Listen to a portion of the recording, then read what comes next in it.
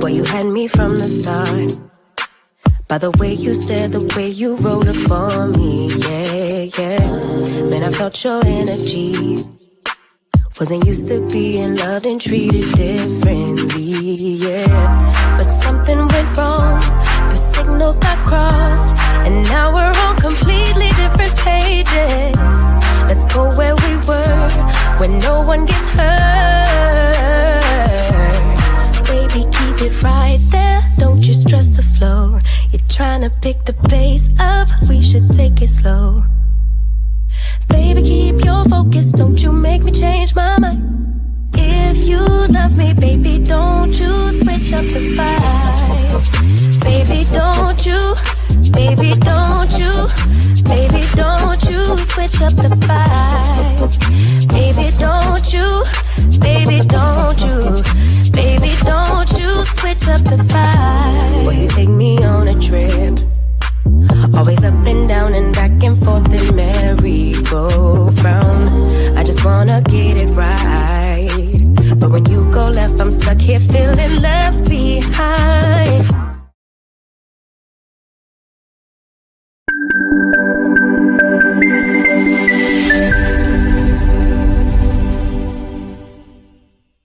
Through thick and thin, for better or for worse. After 20 plus years of marriage and 3 children, my parents are sharing their love, care, and wisdom throughout the world. Spreading this love won't be hard for them because it's simply in their DNA. I present Donnell and Angelique Jackson. Hey, everybody. Hey, everybody. Welcome to the Divine DNA. I'm one of your hosts, Donnell, and this is my beautiful queen. I'm Angelique. Hey, how's everybody going? Doing? What's going on with everybody? So listen, today is the day that we discuss, I'm sorry, I was looking at the comments. We discuss domestic violence. We have some very, very courageous people here going to tell their story. But first, we want to tell you a little bit of why we're doing this. Okay, everybody. So October is Domestic Violence Awareness Month, and I know you're probably like, well, if your show is about love and marriage and all things love and relationships, shouldn't it be just flowers and candy and sparkles? Why are you discussing a topic like domestic violence? Because our show is about love, relationships, healthy love and relationships. Not everybody is in a healthy and loving relationship, but we would love for everybody to be. And that's not to say that everybody will be, but for everybody that can and everybody that will, we would love to give inspiration, to give information, to give tools and resources.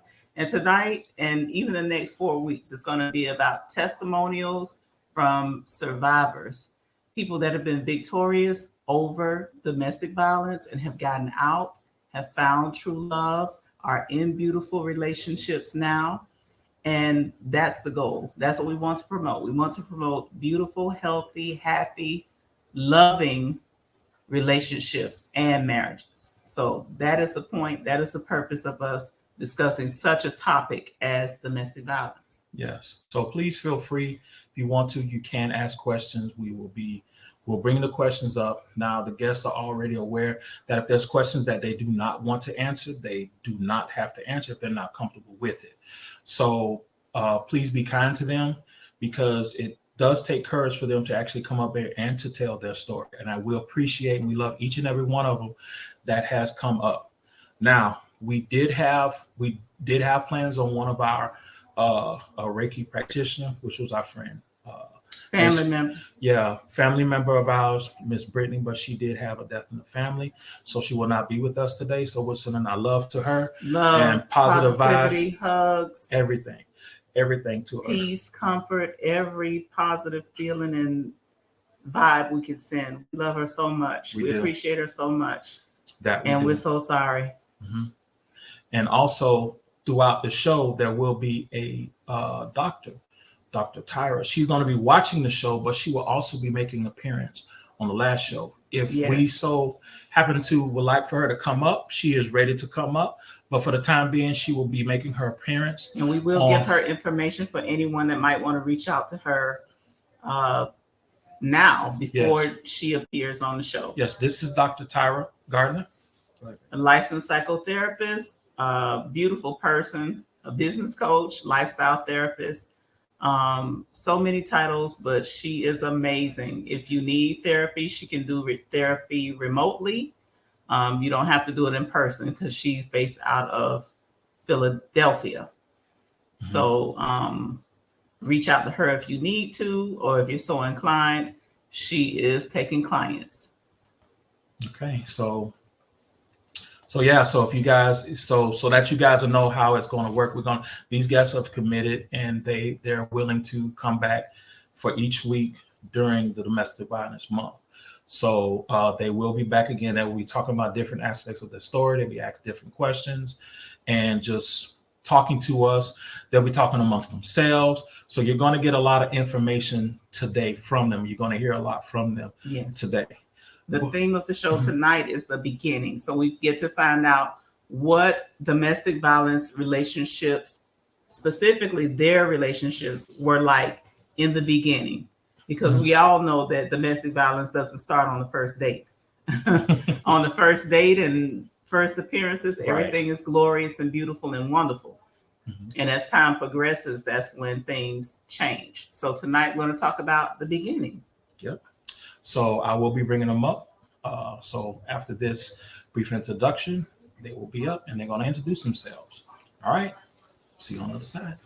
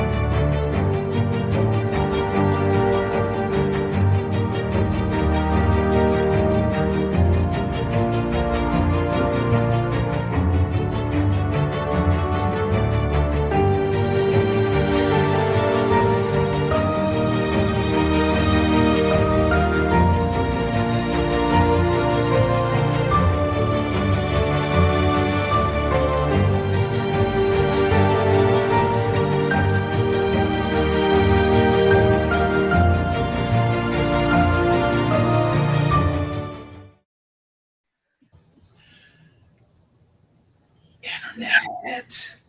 Welcome, my guests, everybody. Welcome, everybody. How's everybody doing? Great. Good. Thank you for having me. Good. I'm blessed. Thank you for having me. Good. I'm sorry. We're having a little internet issues, as you guys can see, of course, but we will still keep going. Keep the party going, as they say.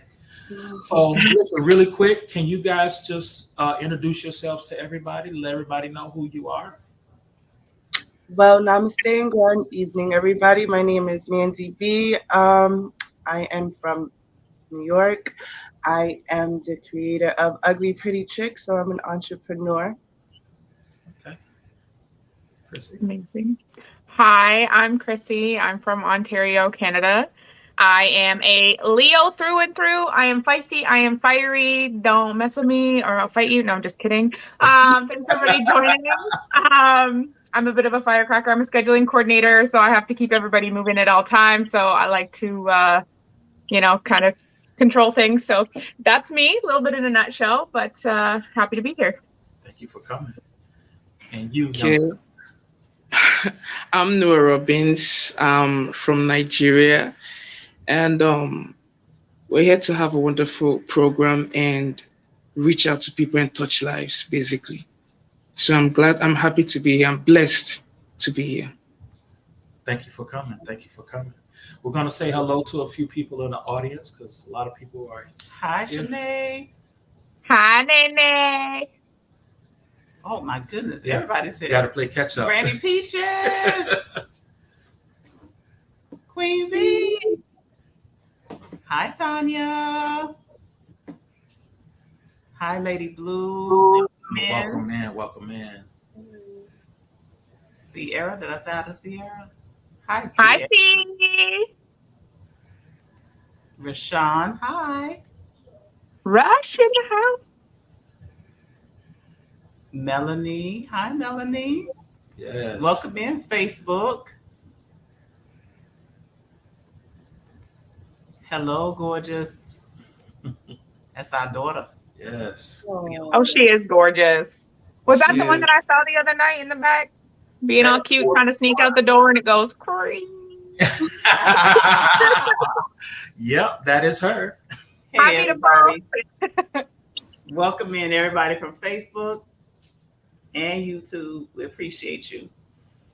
Yeah, we're going to get started. We just have a few questions. I know you guys were very excited about coming through. You guys had already started talking in the background. And of course, we was like, wait, time out.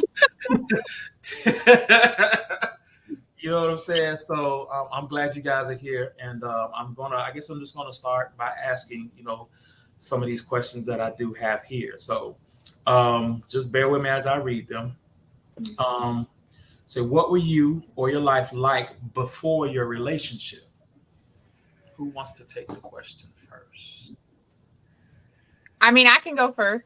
I'm Why is you saying in my head, Chrissy? Lady's like, girl, say the first one, girl. Go ahead. Yeah, Canada. All right. So for me, I'm pretty much like I am now. I definitely lost myself in the relationship, but I was always a firecracker. I was always somebody who very confident, very sure of myself, very opinionated. I did not take anybody else's opinions or thoughts. I thought I knew best at all times. Maybe I should have listened to some other people and maybe not gotten the mess that I got into, but you'll hear a little bit more about that later. But yeah, I'm just always been a very outgoing, talkative. I will talk to drying paint. Right? I'm so quiet. Like I hide it really well. But yeah, very bubbly person, very outgoing, very personable. I like to get to know people. I like to just, I wasn't very active. Like I was not a sports person, but you could catch me at a sports game because there was other people to talk to. That was my vibe. I loved music, loved dancing, loved any type of party when I was younger.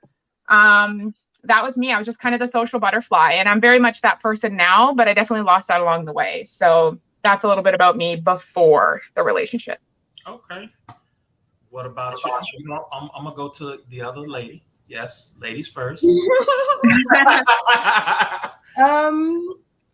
Before I was pretty young. I was 19, so I really wasn't much of a person. If you want to like of an adult, yeah, I really was very naive. I was already on my own since I was like 14, 15 years old, house hopping and stuff. So by 18, I was already like on my own, had my own job. But that's who I was. I was a go-getter. I always made sure I had money. I had to survive. I was always, I guess you could say, in survivor mode. And I was always a writer and a creator, but when I did get into that relationship, it was like my dream was taken from me. I was silenced. I was, put in a nutshell. So I really forgot who I was. I didn't get to learn who I was. So I was really lost. Wow. Thanks for I sharing. can relate to that also. I was 19 too when I met my ex, so I get that completely. Yeah. And Hmm. then I had children in the relationship, so that just, you know, before that, I didn't know who I was as a person at all, even like without children. And I got that, well, you'll hear about that too, like later on in life, I'll say, well into my 20s and into my 30s. I learned self love. Gotcha.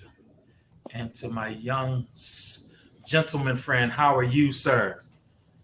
I'm doing well. I'm doing good. Your question's In a my little different, right? It's more Yeah, or in less my case, it's a little bit different, okay. definitely. So I would say for me, there was no life before the whole situation, before the abuse and all that. Basically, I was born into it. So that was the life for me. So Wow. there was nothing before it. It was more or less child abuse and things like that. Yeah, definitely. Now, I have never correlated domestic abuse with child abuse. So that's a very interesting dynamic and way to look at it, because really it is domestic violence, because Hmm. it's It your parent. affects everybody. Yeah. So wow, Right. that You just hit my heart. Yeah. My listen, kid. listen, Yes. that wow. I've never in all of my years looked at it like that, as looked at child abuse as domestic violence. But I have been uh, a child abuse prevention advocate, social worker, all of that for over 20 years. So Wow. to have that outlook, I appreciate you putting it in that perspective. All right. Now, since I have you up here, I'll just go ahead and ask you another question if I can. So, like, what changed, or uh, was it always what you've known as far as the abuse? So, what changed? Yes. As far as life for me, Hmm. growing up, that was basically life for a very long time, for a very extended period of time. That was all I knew. That was all I was. It was normal for me to exist in that kind of atmosphere. And so I think things began to change when I started going to school, when I started experiencing other homes, when I started visiting other friends for study dates or whatever. And I noticed that the dynamic was different. And I always felt, I don't think I thought about it for a while. But as years grew on, it began to weigh on me that, yeah, nothing is right with what I am right now. So it for me, things changed when I began to see a perspective of other people, when I began to take an outlook on the world. Because for a long time I was sheltered. For a long time I existed in that bubble. I existed in that situation of what I was. And that is that abuse, that whatever it was that was going on at that moment. But the moment I was able to see different, the moment I was able to see people the way it was meant to be, not the way I was living it, I began to realize that, yeah, this is not right. And that was the change for me. That was the beginning of the change. Wow. Yes, Wow. yes, That's wow. When I tell you, just listening to the story, it's just like, man, yes. because I'm speechless. Oh, Yes, Granny yeah. Peaches. So for the ladies, um, when it came to the relationship, what led you to the relationship? That's a good question. I actually thought about that yesterday. Okay. That's so crazy because it was never in my household. I too was in a bubble, I guess. If it was happening, I was never around it. I never saw it. The men in my family protected women and children. You know what I mean? Did they fight amongst themselves as men, I guess, do? Yeah. But it was never to a point where I ever feared for any woman in my family. You know, I lost a mother at a young age. I didn't have my father at all in my life. I came to the realization of it was just love. And it was the idea of I had to be I wanted a family. I wanted to get married. I wanted to be with somebody, you know. I didn't think at that moment that that part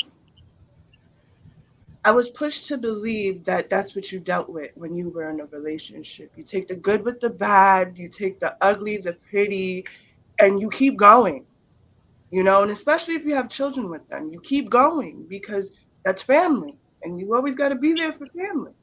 And I ran with that for a long time because I took that from my childhood. You don't leave family behind, no matter who they are, what they do. And I took that into my relationship. And I didn't let go because of love. And I felt like since I was so young, I owed that person something. Wow. Wow. What about you, Tessie? For me, I can kind of relate a lot to Mandy on a lot of different things. So for me, I wouldn't say that there was abuse in my household growing up, but there definitely was a patriarch. So there was very much the dictatorship of my dad. So what my dad said went. My dad was the person who dealt out any type of discipline. My dad was served his dinner. His laundry was laid out for work the next day. His lunch was made. You know, if dinner wasn't ready, then it would be an issue when he got home. Like it was very much like the king of the castle type. So my view on marriage was I was there to serve my husband. Regardless of any issues that we had, I was there to serve my husband. So for me, love was always very skewed to promote and to elevate the man above the woman. So I already had this kind of skewed view of what a woman's role in a relationship was. It was very much to serve her husband. So for me, my parents actually divorced when I was 19.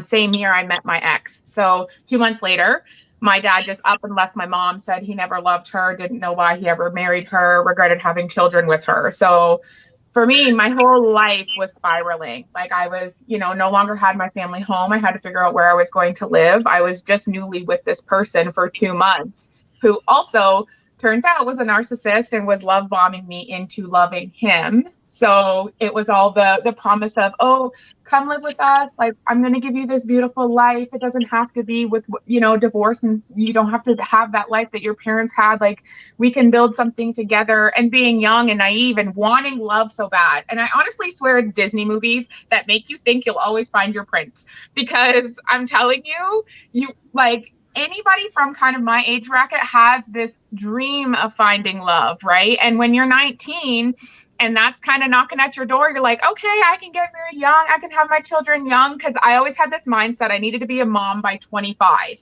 So if that was the case, I needed to be married by 22 so that I could, you know, enjoy my marriage a little bit, and then I could start having children and all that kind of stuff. So I think everything just in a weird, perfectly not perfect sequence of events, it just all steamrolled. So I already had this skewed view of what a relationship looked like. And then I had somebody that was love bombing me and reeling me into his narcissistic web of manipulation and lies. And I just didn't want to end up like my parents. I didn't want to end up with a divorce under my belt. So I actually got married at 22 and was legally divorced by 30, I think, 29, 30. So that's a little bit jumping ahead, but yeah. So I can relate to a lot of what Mandy B was saying, like family above all. My dad walked away, so I had, you know, abandonment and daddy issues, and this man was promising me the world. So I was like, jump in 2 feet, not ask any questions. Red flags where? No, I don't see any flags. Let's go. You know? I got you. Would you guys say to the ladies, because I know with well, he had the experience with his parents. Did you guys experience any type of abuse while you were kids? I wouldn't say abuse per se. Like I was spanked, but it wasn't excessive and it wasn't meant to be harmful. What I will say is I didn't experience a traditional sense of love as a child, though. Like my parents were not affectionate. Am I freezing? Am I No. okay? No, you're good. You're Oh, good. okay. I froze on my screen for a second. I'm like, oh no. Um, You're good. but my parents were very vocal with love. Like if you left the house, it was always I love you. If you're hanging up the phone, it was always I love you because you never knew the last time you're going to talk to them. But it was never like a hug. It was never a kiss. It was never affection, and it was never let's talk about your feelings. It was always just I love you. That should be sufficient. I love you. That's sufficient.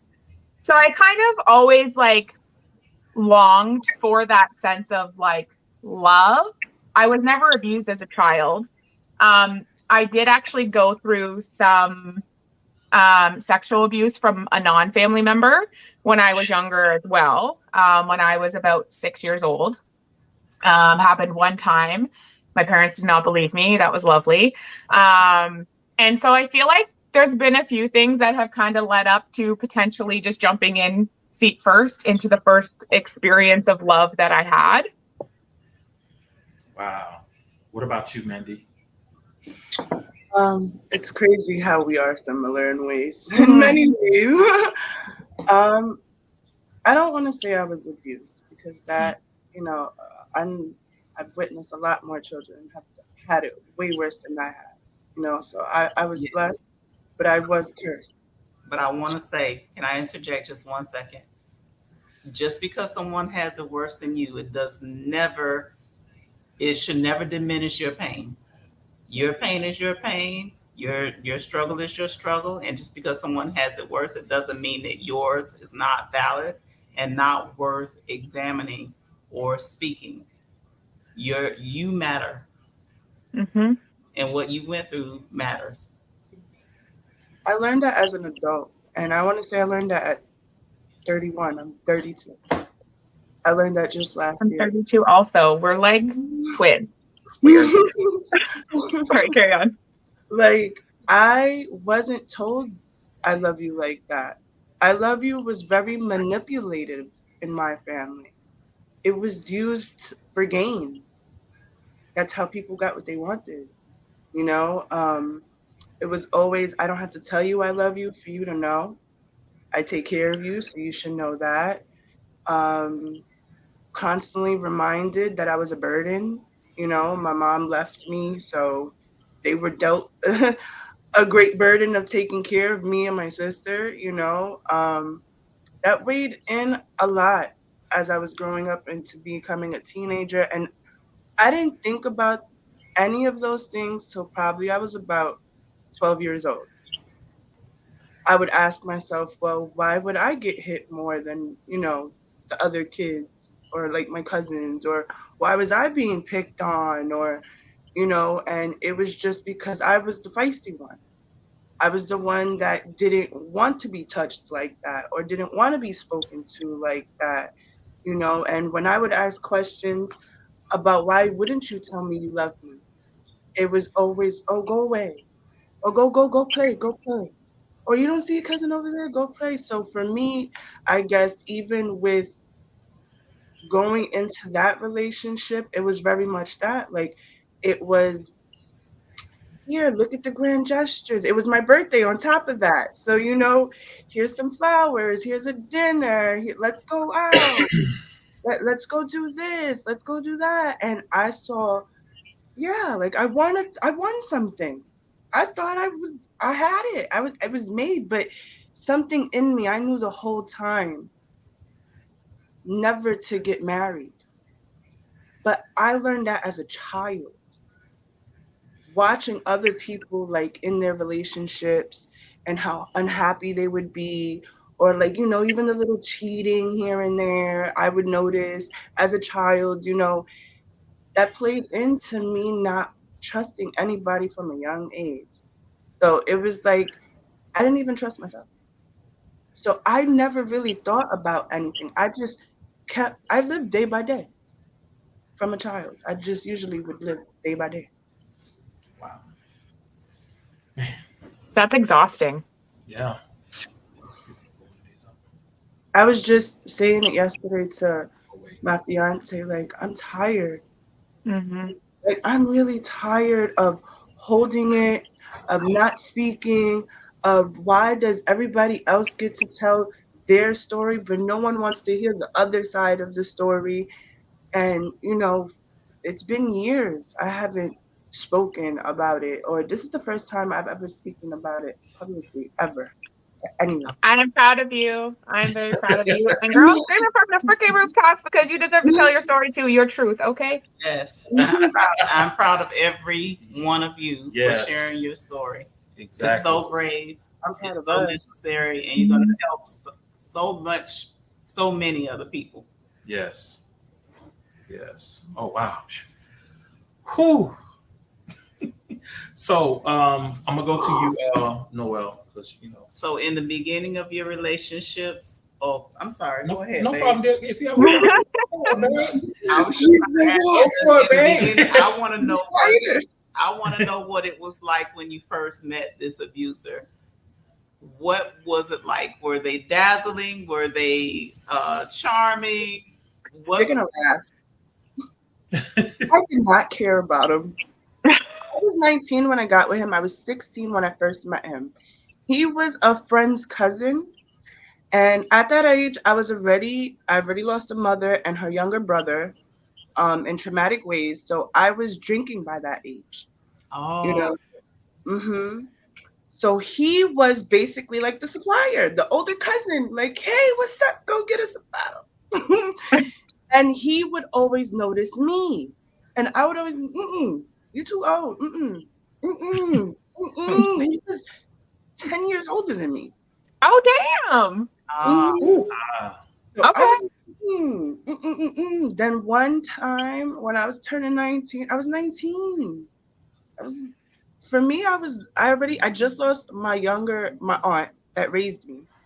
So that was like losing my mother all over again. But now I'm an adult and I know how to really understand what's going on. And again, looking for love, trying wow. to replace that love, that fill that hole. I thought, that void. Wow. gotcha. Chrissy, you want Chrissy? For me, I honestly thought I had met my Prince Charming at the time. I really did. Like, he was handsome compared to the man that I was with before. Like, I had had one other serious relationship, serious high school, okay, serious relationship, you know, What's love? like my prom date, serious relationship before him, right? In my high school days. And then he was like my first adult, like out of high school, no longer, seen as a child. I was still a child. Okay. I was 19 years old. I was a child, but I was no longer a child in my mind. You weren't going to tell me any different. So he was, he was more handsome than the person that I was with before. So I'm like, cool, upgrade. Love that for me. And he was like very quiet. So, and like, if you're going to be with me, you have to be quiet. Okay. Like I'm a talker. I need you to listen. That's kind of the way that it's going to work. And he was that. He was very shy. He was very introverted. Um, didn't really have friends, which, hello, red flag number one, because why don't people like you? But that's okay. So I just saw it as like endearing. I'm like, okay, he's like a little computer nerd. Nothing against computer nerds. We all love you. But like, he was a gamer. So I was like, okay, cool. Like, I like Mario Kart. Maybe we can relate on like that aspect. He came from a bigger city. He was a virgin, so I kind of thought that was cool, and I was not at the time. So I'm like, oh, I'm an experienced woman. Like, I can teach him things, because sometimes when men think they know, they don't know, right? So I was like, oh, okay, cool. Like, I can teach him the way it should be. Never again. And anyways, so yeah, that was kind of like, I was like, okay, I kind of hit the jackpot on this. Like, he seems nice, like, because he was love bombing me for the first 3 months, right? So he seemed to be everything that my quote unquote Prince Charming should be. If someone would talk not nicely to me, or like if I was going through some stuff with my parents divorcing, he was very quick to want to protect me. Little did I know that was just so that nobody else could hurt me in the way that he was going to be hurting me. But he was very much all of those things that I thought that I wanted in a future person that I was going to spend my life with. And that's initially what drew me to him. He we got along, like we liked the same things. We would go to the movies all the time. We would game together. Like that was very much what drew me in. And of course, love bombing certainly helped. Like the first person to ever tell me that I was beautiful or anything like that. I mean, that didn't last very long. That was soon replaced with other words, but we'll get into that. But yeah, that's initially what drew me in. Was he was the polar opposite of what I was, and that's what I thought I needed in my life. And little did I know it was just all an act. Wow. Wow. Oh boy. I'm gonna go to my friend down here because I don't want to feel left out. You know, I want to go to you. What's going on, buddy? How you doing? You good? I'm good. I'm good. I'm good. So let me ask you, like, when you start, I guess I want to say, like, with the abuse or whatever, like, how did you interact with that parent? How did you interact with the parent in the beginning? Like, how was it in the beginning? And was it ever a loving relationship or affectionate or positive at all? No, there was never any sense of love or affection in the relationship. It was more of I am in control and you do what I say. I give birth to you. I am your father. I am your owner, basically. So it was kind of like being an experiment or being a slave in your house. And the worst part of it is you don't even have an idea that this is what you are. Because, like I said, it is life for you. So the relationship was basically master servant. I tell you, you obey. Nothing else, nothing more. It's as simple as that. So I wouldn't say he did use psychological means, like there was a lot of physicality, but at times there was also psychological aspect, the emotional aspect of you can't do this because you're not capable, you would never be able to do that, and all that. You're not as good as the others, you're not as good as, because I'm a triplet. And that is what actually made it a little bit worse, because like it felt like it was me in particular that was being told, like, oh yeah, you're never going to be as good as your brothers, you're never going to be as good as anybody else in the whole world, you are basically an anomaly, you're a mistake, you're an abomination. So there was the physicality mixed in with the psychology of it all. And so the relationship was based on fear, based on, if I don't do this, what is the repercussion? What am I getting next? What is the situation going to be like? So it's basically that mentality of I have to do this. I can't afford to not do this. I can't afford to fail. So it was kind of messed up, but the messed upness of it all was, for me, that was okay. That was normal. The relationship was how it should be between a father. We don't even call him father. We call him bossman. We call him sir, because he was also a military personnel. So he used that hand in training us as well. So to you, when you grow up in that space, in that bubble, you kind of, nothing else makes sense to you but to obey, basically. So that was just the whole Survival. situation. Yes, Survival mode. exactly. Survival mode. You have to obey. You have to do it. Yo, go do this. Yes, sir. You're doing it. Like there is no. Oh, but daddy. Oh no. What? Are you? Are you kidding? Who do you want to talk to? So that was that kind of situation, and also coupled with the fact that at the back of your head, you're like, I am a failure. I'm not as good as these other people. Maybe if I do whatever he's saying more, maybe if I try harder, maybe I could be as good as they, or maybe he could be less harsh. But no matter what you do, you're never enough. No matter how you try to react, no matter how you try to push yourself, you are never at that peak. You're never enough. So that fear remains. That servitude stays. Wow. Wow. So trust me, as we hear your stories, we will have questions, but a lot of the stuff that we're hearing is like a shock factor for us. So, um, yeah,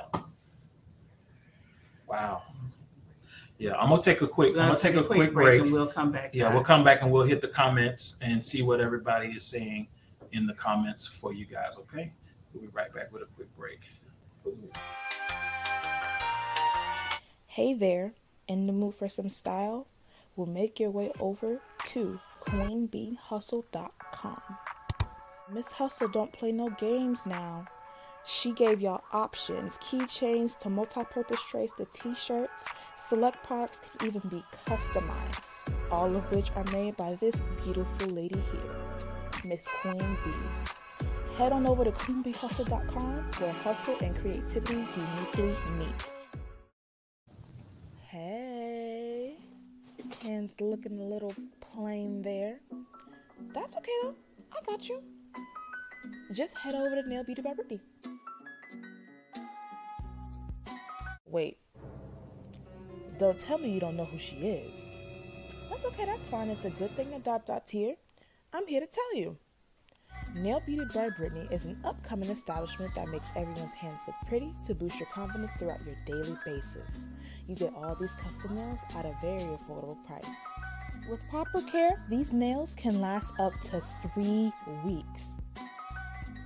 If you head over to Brittany's social media, you'll see all of the custom nails that she has made thus far at a very affordable price. This company was made by this beautiful young woman here, Miss Brittany. Now y'all go over ahead and get your nails pretty, y'all. I'm showing up in. Oh wow, okay. Yeah, he had to go and He's doing something, but he'll be right back. He'll be right back, guys. Once again, guys, thank you so much for being here. We definitely appreciate it. For you guys coming here telling your stories. Go to the comments. A lot of people in the comments are feeling you with your stories. We've even had some questions that came up. So let's get into it. Yes. So this question is: how long did it take you to break out of the abuser, apologist, enabling cycle? And or how long did it take for you to identify certain actions as abuse? Dang, daughter. Wait a minute. Wow, those are two very good questions. Wow. She coming with this. Wait a minute. Did she come too early? Is this part? Which part was this? Hold up. What? I have part. Wait a minute. I thought that was like episode 3. Over your parts. We have 4 parts here. She done created her own part. For real. I like the tenacity, though. I like the tenacity. She's like, I got questions. Let's go right now. She got questions right now. You know, your parts. You know, so we gonna make it do what it do, guys.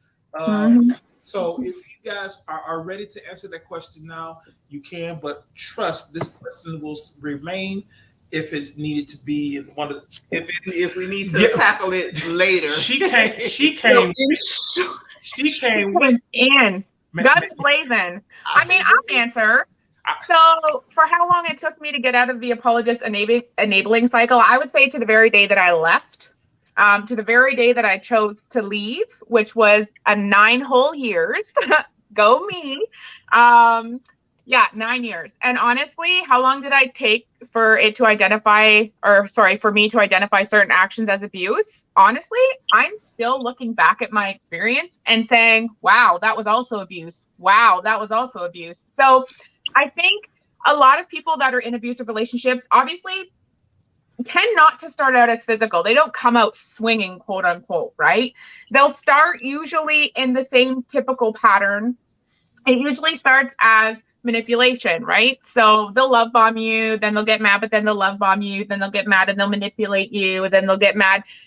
And then it tends to get into the emotional abuse, the psychological abuse, there's mental abuse, there's financial abuse, there's sexual abuse, and there's physical abuse. Okay, those are the 5 main types of abuse. I suffered all of them in my relationship, but it wasn't the entire time.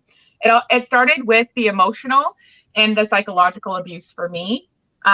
when I tell people my story, and I'm so numb to that portion of me now because I'm so far disconnected and I am so far from that relationship now in my current marriage, that when I talk about it, I almost kind of don't really resonate with that person, that version of me anymore. It's more like I've written a book and now I'm reading it back, but like the author isn't me, if that makes any type of sense. I don't know if, Newell or Mandy, if you guys can relate on that. But for me, it started with psychological and emotional because that's how they reel you in. They have to get a hold of your emotions and able to be able to control you more, right? So I'm still identifying ways that I was abused, to be quite honest with you. And I literally went back and forth on that apology, me enabling, him apologizing, me enabling. And the thing about being in an abusive and toxic relationship is it's not one-sided toxicity. You have to start to be a little bit toxic in order to survive that environment. The other side of that is you have to really unlearn those toxic traits in order to be in a successful relationship after an abusive relationship. That's something that a lot of people don't talk about enough. You are also toxic in that toxic relationship because if you were pure, you would never survive. You have to do whatever the hell you have to do to get out of that relationship alive. So you have to unlearn all of those things, all of those tactics that were created to save yourself and to keep yourself sane. You have to unlearn those things. I'm going to have the last say before he can manipulate me. Ain't no motherfucking way that he's going to come at me. You know what I mean? Like, you have to unlearn that. You have to allow people to talk in your new relationship. You have to allow them to express themselves because they're not toxic, hopefully. They want to have a conversation, but you want to win the conversation because you know that that's the only way you'll get peace in your past. So for me, it's an ongoing battle. Honestly, it is. And unlearning all of those things that you had to do to survive is an ongoing battle as well. Yes. Wow. Yes, indeed, Noel. Exhale.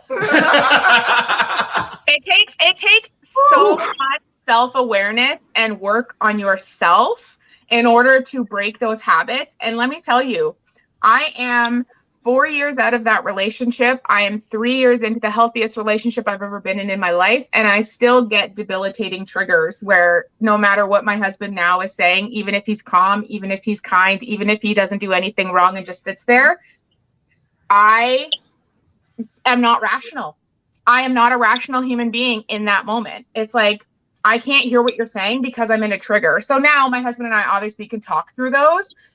And it's more so, I'm triggered right now, I need 5 minutes. Or I'm triggered right now, just please give me my space. Or I'm triggered right now, hug me to make it go away. Because each trigger is different and each trigger requires a different antidote, we'll call it, right? Because triggers are essentially poison from your past. There has to be an antidote. You just have to figure out which one at what time, really. Wow. So an immense amount of self-work. Yes. A lot. Yeah, that's one of the things I was writing about earlier too. Was value, your worth, what that really means. Right. Because people just say that like, yeah, I'm worthy, I'm valuable. No. But what are you worthy of? What are you worthy of? Love? Everyone's worthy of love. I thought I had love. What is love? Love is different to everyone. Everyone has their own love language. Are you worthy of the love that you seek? Are you worthy of the love that you give? What are you worthy of? It's a lot. For me, you guys, again. Take your time. It sounds. We already know where it is. Sounds insane. Yeah. But it started from the very beginning. Like, it didn't take long at all for the abuse to start. Again, I don't know what abuse is at that age because in my mind, I didn't go through that. So I don't know what that really looks like. I was pushed. That was the first time I ever experienced domestic violence. I remember it like it was yesterday. I'll never forget it because I was so in shock that somebody had the nerve to put their hands on me and push me in public. We were in Madison Square Garden. Right? And a cop, it was so intense that the cop saw I had a watch on, it flew off my hand because I went forward. And he asked me, "Are you okay? Are you okay? Tell me right now, are you okay?" I looked at everybody and I saw nothing. I heard nothing. And all I could say was, "I'm fine. It's okay, leave me alone." Numbness. Yeah. And that is when the manipulation started. I'm just realizing is when that person came in afterwards, like, "I'm sorry. I didn't mean that. I was drunk. Please, let's just go. We need to go." And that person, even on the way home, told me, "Go. Why are you with me? I'm not a good person." And I still didn't want to believe it. If I had a freaking dollar for every time I heard that, ooh, that I didn't narcissist want to in believe him. it. And Mm-mm. I too stood a long time. It was 10 years of on and off. I left 1,000 times. I came back even more times than I left. Mm-hmm. And what really did it for me was the self-love. Is when I actually finally got that taste of freedom, of what Amanda was outside of that relationship, what Mm-hmm. Amanda was outside of the children, outside of being abused, because I knew I was more than that. I Mm-hmm. even going through all of that nastiness, I knew I was worth more than that. That was the Mm-hmm. sad part. That's what depressed me the most. Was I knew that wasn't right, and I did it anyway. And I remember distinctly one time towards the end, one of my cousins asked, "Is going through this worth your life?" You do know people die by accident, right? You do know that a single push, you grab someone the wrong way, you punch them the wrong way, you slap them the wrong way, you throw something at them the wrong way. You can end their life right there. For what? For ego? Make you feel good? And when she asked me that, it was like asking myself, do I even love myself? Do I love my kids? That's how I felt. That's how I took it. Like, you're asking me, do I love myself and my kids right now? Why am I angry that you're asking me that? Because I should be able to say, yes, I do love myself and my kids. Why am I doing this? And it took me, again, till I said, no, I love me. I don't have a mom, and I don't want my kids to not have a mom either. Mm. So when I realized if I didn't leave, I was going to die, because I had many moments of that. Even the person telling me, looking at me in my face, telling me, I've seen it before. I knew it was time to go. Oh my. And I left just like that. It was one day I got up, ironically on his birthday. It just so happened to be that day. Happy birthday. That's what I said. Deuces, anxious days. I left with nothing but Mm-hmm. whatever I had on my back, my kids had on their back, and my car. And it was cold as hell. It was April. I left, and I never looked back, and I never will, because Good for I knew you. that I was worth more, you know. And later on in the story, it came a point where he even manipulated me to even keeping my children. But we'll get into that. Mm. Right. Me, oh You know my. what? You know what the worst part of it too is I was that friend that was always telling my friend, like, girl, he cheated on you. Why are you with him? Leave him. Girl, he put his hands on you. Leave him. What are you doing? I would show up with her to go beat them up. And my whole house, all these little skeletons are in there. And I'm like the one that's like, I would never be in that situation. Psych. I'm But that living was it. But I would never deflection. be in that situation. Like, That was deflection. I learned that later. a That was deflection to 100%. take That's it the only off way of that you me. can. That's the only way you can exist in your life and still have friends is deflecting. Because could you imagine if they ever knew? That was my thing. Could I imagine if my friends ever knew? Well, what little friends I was allowed to have. Let's be real. They did Uh, know. Mine did know. And they oh, were girl, just mine did as not. scared as I was. Mine did not. But I was always that one. Like, and I'm the fiery one, right? So I could never let anybody see that I was weak. That was another thing for me. My pride was so high. It was like my family didn't know, my ex's family didn't know. Nobody but the two of us knew what was going on in our house. Wow. Have you ever got blamed for what you went through? Like, Oh, not yeah. even the person, Oh, not yeah. even the person, just outside people, even family. Like, well, you put yourself The through way it. that I have been told that you cannot be raped in marriage from too many people Oh my is just God. like, I'm sorry, when I say no and still get, I was gonna swear, I don't know if that's allowed here, and still get, But listen. It's Queen Bee approved to okay, use whatever language, and she okay, I just appreciates wanted to that. confirm. If I She, say no and I'm still getting fucked without my permission, I'm sorry, but that's rape. I'm sorry, it is. Call it what it is. You don't want to be a rapist? Don't fucking rape me. How about that? Like, it is what it is. But yeah, Sometimes it was done to not be beat. yes. It's Not like, fight. do I give in and just get it over with? Or do I have the argument? Do I have to go sleep in my car with my dog because that way I won't get beat? Like, I was sleeping in parking lots in my car for months at the end.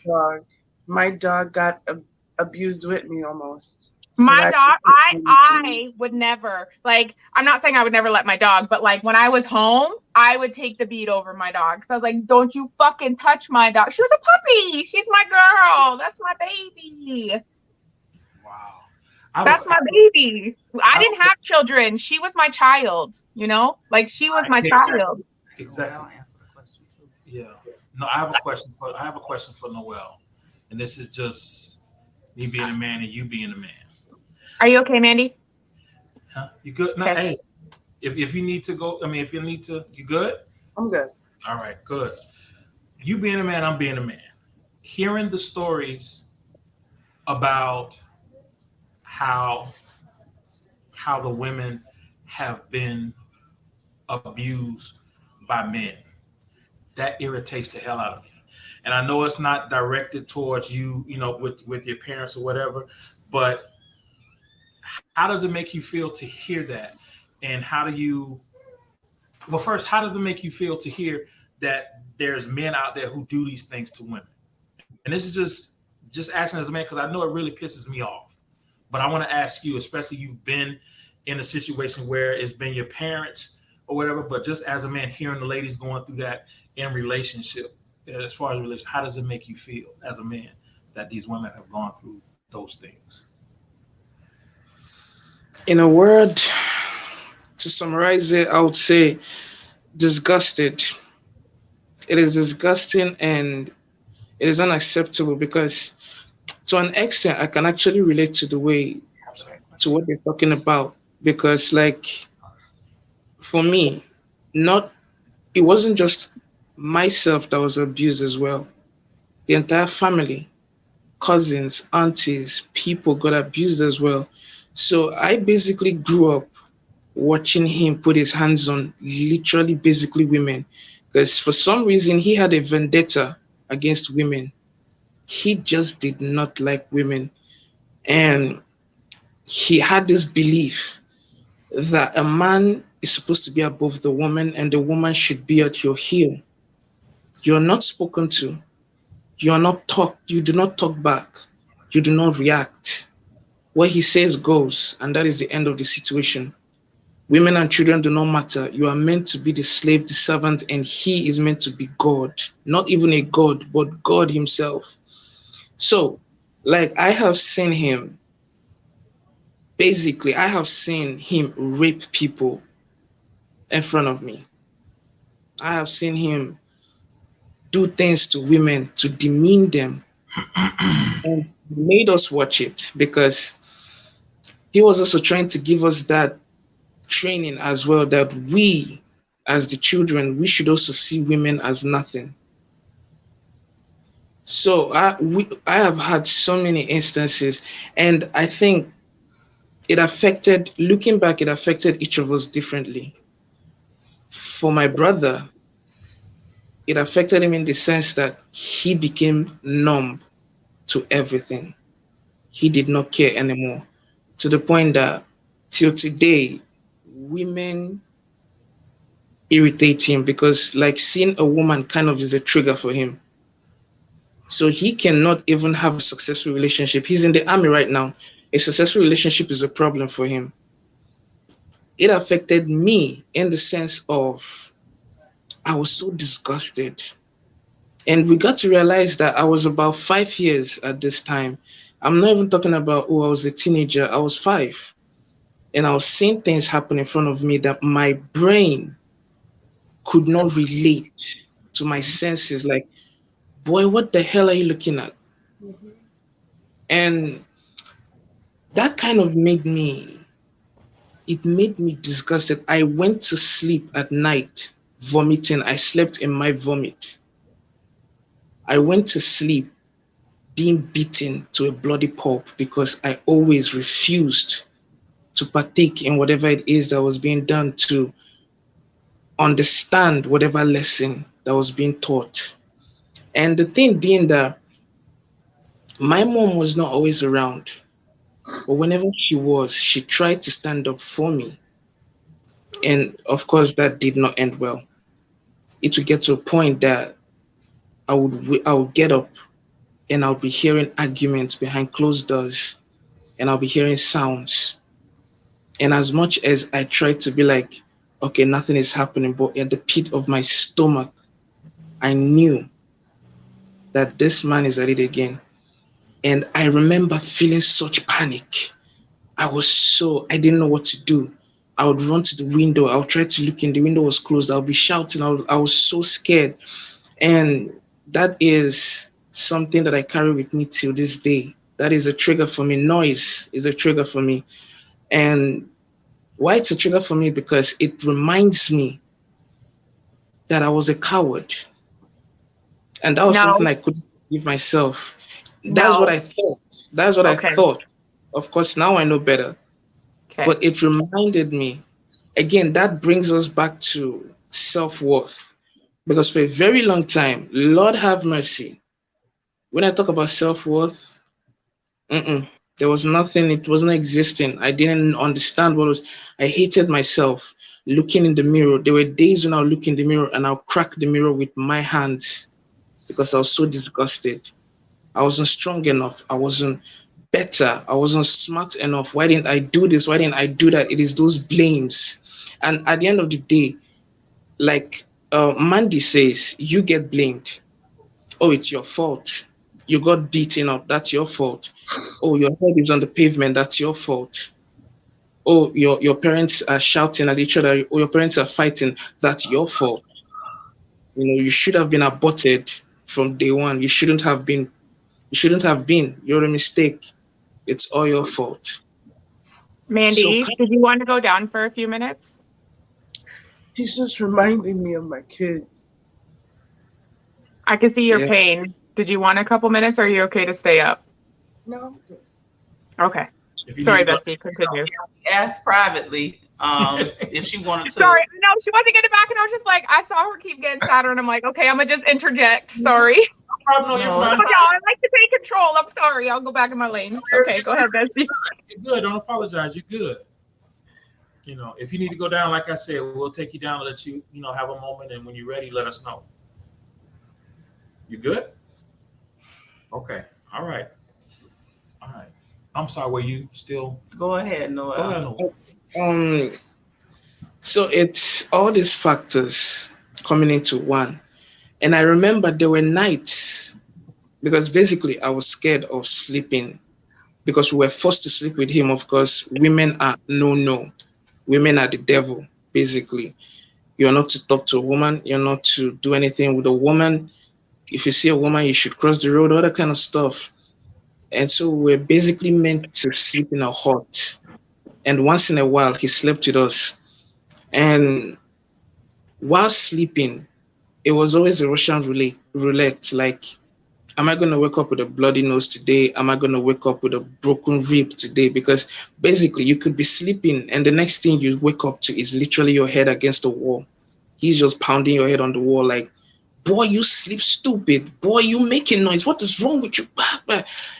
And I remember in the middle of the night, on the days my mom kind of was around, I would crawl into her room, into her bed, into her safety.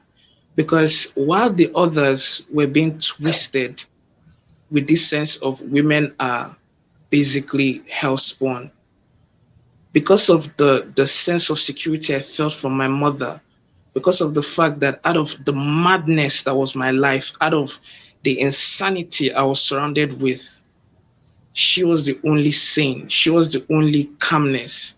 And whenever I was with her lying on her bed and she had her arms around me, I felt the safest.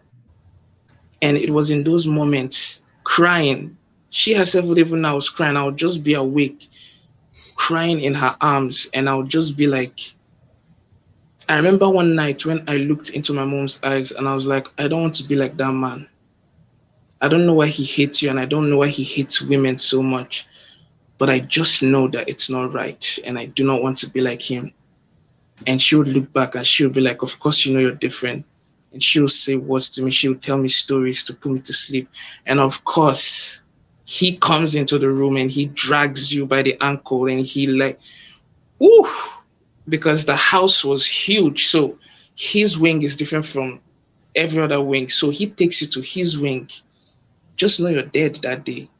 So like he locks me up. And there was a point that I wake up and I'm like, why was I born? That question comes into your head like, why am I existing? What is the point of all this? Is because they teach about God, and it feels that what kind of a God would allow me to exist in such a fucked up situation? I did nothing. I was born. What the fuck did I do? I literally come into this world and somebody's telling me that I should have been aborted. Like, bro, hey, I mean, and all those questions come into your head. But I remember one particular moment when we had a scenario. It's a little bit fuzzy, but I remember that I was getting, as usual, another beat down of my life. And I remembered in that second, in that split second, and he wanted me to cry. Because one thing he loves is to see you break. He loves to see you cry. He loves to see you crack. So when he's beating, he's like, cry, nigga, cry. What the fuck is wrong with you? Cry, you dumbass. And that is something that he loves. But that day, I did not cry because I was so done. Again, I was about 6 years old. Mm-hmm. I was so done. He was everything. My ribs were broken. My nose was broken. I was bleeding from my ears. I was bleeding from everywhere, bleedable. But like, I remember that in that second, I just felt in my mind, I was like, boy, I'm gonna die. Well, I'm dead. But I remember that I was like, God, if you exist and I survive this, I would never be this man. I would never have my kids go through this. I would never be in a situation where a woman is hot anymore.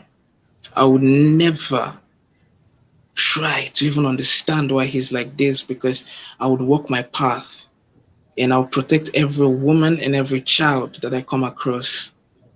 And I was like, but God, if I'm not going to be alive, then just let me die now because the pain was too much. And that is why to this day, when I hear about abuse and I hear the things that women go through, it hurts me personally because I get it. I understand it. I have seen it. My mom has gone through it. My sisters went through it. My aunties went through it. So when you ask me the question of how it makes me feel, disgusted, sick to my stomach, and it's a sad thing that happens. It's really sad, but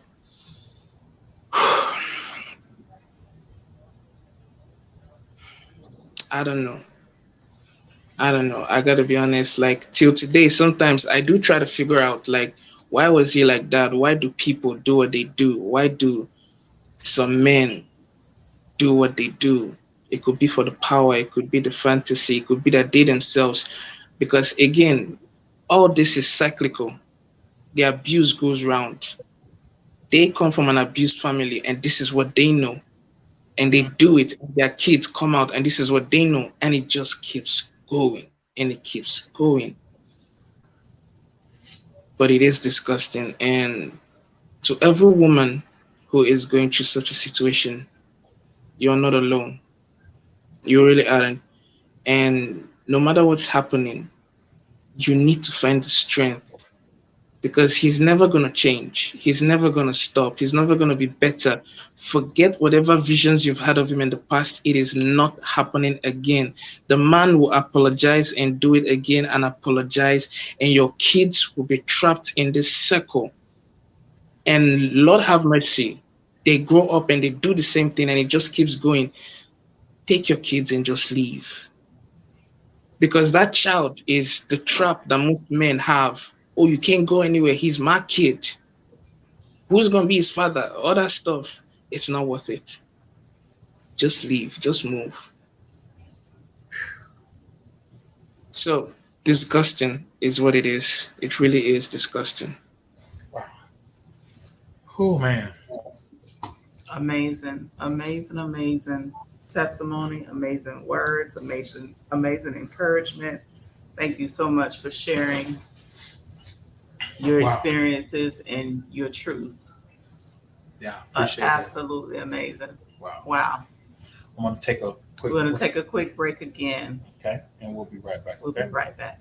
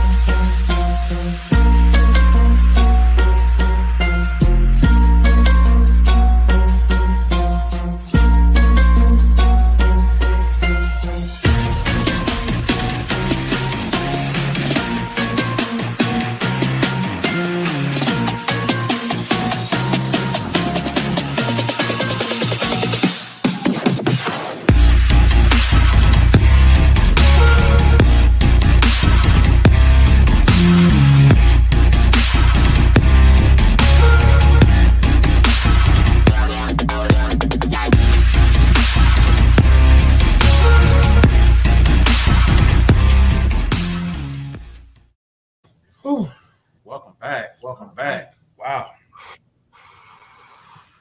Man. This has been something else. This has been something else. You guys all right? Everybody good? Everybody good? Mm-hmm. Good. Wow. I definitely want to thank you guys once again for coming and sharing. Being you guys so brave yeah. to share your experiences. It's definitely something else. It's definitely something else. I think we got some comments out there, I believe. Queen B says breaking cycles. Definitely. Yeah. Silky Break Red. them cycles. Yes.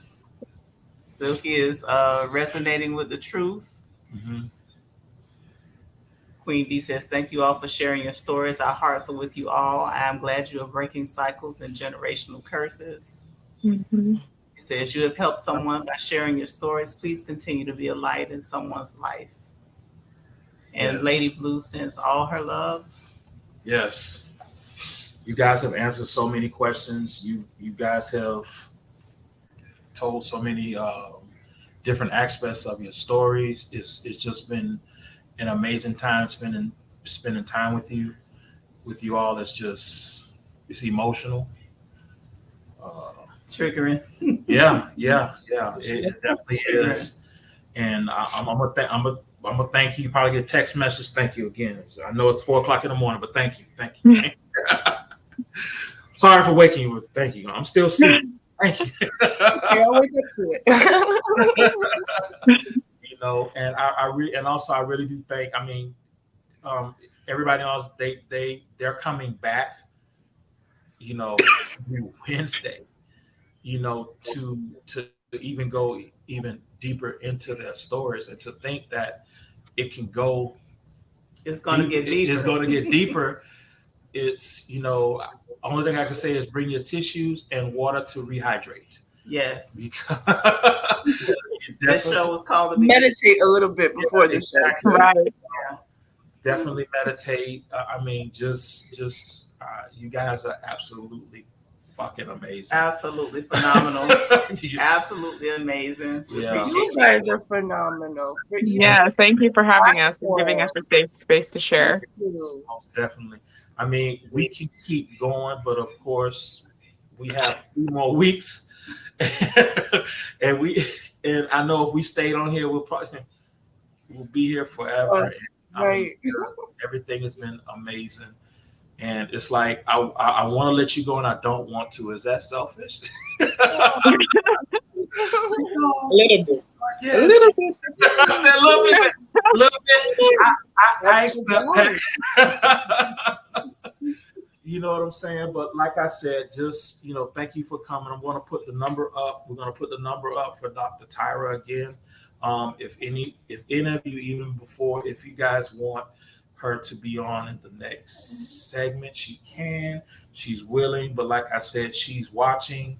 And if you want to message her privately, you can. Yes, you can. Let me go ahead. If you want to reach out to her. I'm gonna go ahead and put her information up so you guys can see her information. There we go. Looks like it's been a little. Oh, the anger Dr. Tyra. It's anger Dr. Tyra. Okay, yeah. So let me put that in the comments. Yeah, you can catch her on IG. And you can reach her at info at tyra@gardner.com. Yeah, she's really sweet person. We talked to her. I think we talked to her for about almost an hour, almost 2 hours. She's a spectacular, phenomenal person. Yeah, down she to earth, also has weekly lives on Sundays at 6 p.m. on IG. Right. So she's very down to earth. She's a person. She's had her own struggles with anger. She's written a book about it. She's a great resource. Yeah. So once again, guys, I definitely thank you. Again, thank you to everyone who came, who participated, who stayed. Yes. Facebook, YouTube. Thank you so much. Yes, thank you so much. And then after this, we're definitely going to everybody who's here live. If you have somebody who didn't actually get a chance to make it, we will be replaying this show throughout all of the pages that we have until the next show. I'll be replaying it almost every day, so that way you can catch these wonderful people and the stories that they have to tell thus far, up until part 2, which will be dun, dun, dun. I know, right? Which will be next Wednesday. So definitely, y'all, this was the easy part. We eased y'all into tonight. Yeah, y'all. Get ready. Just the easy part. It's gonna get deep. It's gonna get grab deep. your holy shit handles. Y'all better hang on tight. We're gonna get into it. Oh, really fast. Oh my God. Yes. So we're gonna close out the show. But once again, before I put you guys down, I'll let you guys go backstage. thank you for coming through. We're definitely going to close out the show. We're going to put you backstage, and we love you. We love you Much, all. We much love, everybody. Thanks for Thank tuning in. you. have Queen Bee say, well, damn. Say, well, y'all. She said, well, damn. Queen Bee said, well, damn, You there's gotta more. go home, but If you have any Oh, questions Lord have mercy. that you guys want to ask myself and the wife, as you can see, the email is down there, support at divinedna.life. If anybody has any other questions whatsoever, but definitely you can hit us up. We'll be glad to answer any questions. But I'm going to put you guys backstage. Just hang out. And thank you once again for coming. We appreciate you guys. Thank you. Thank you, fam. No problem.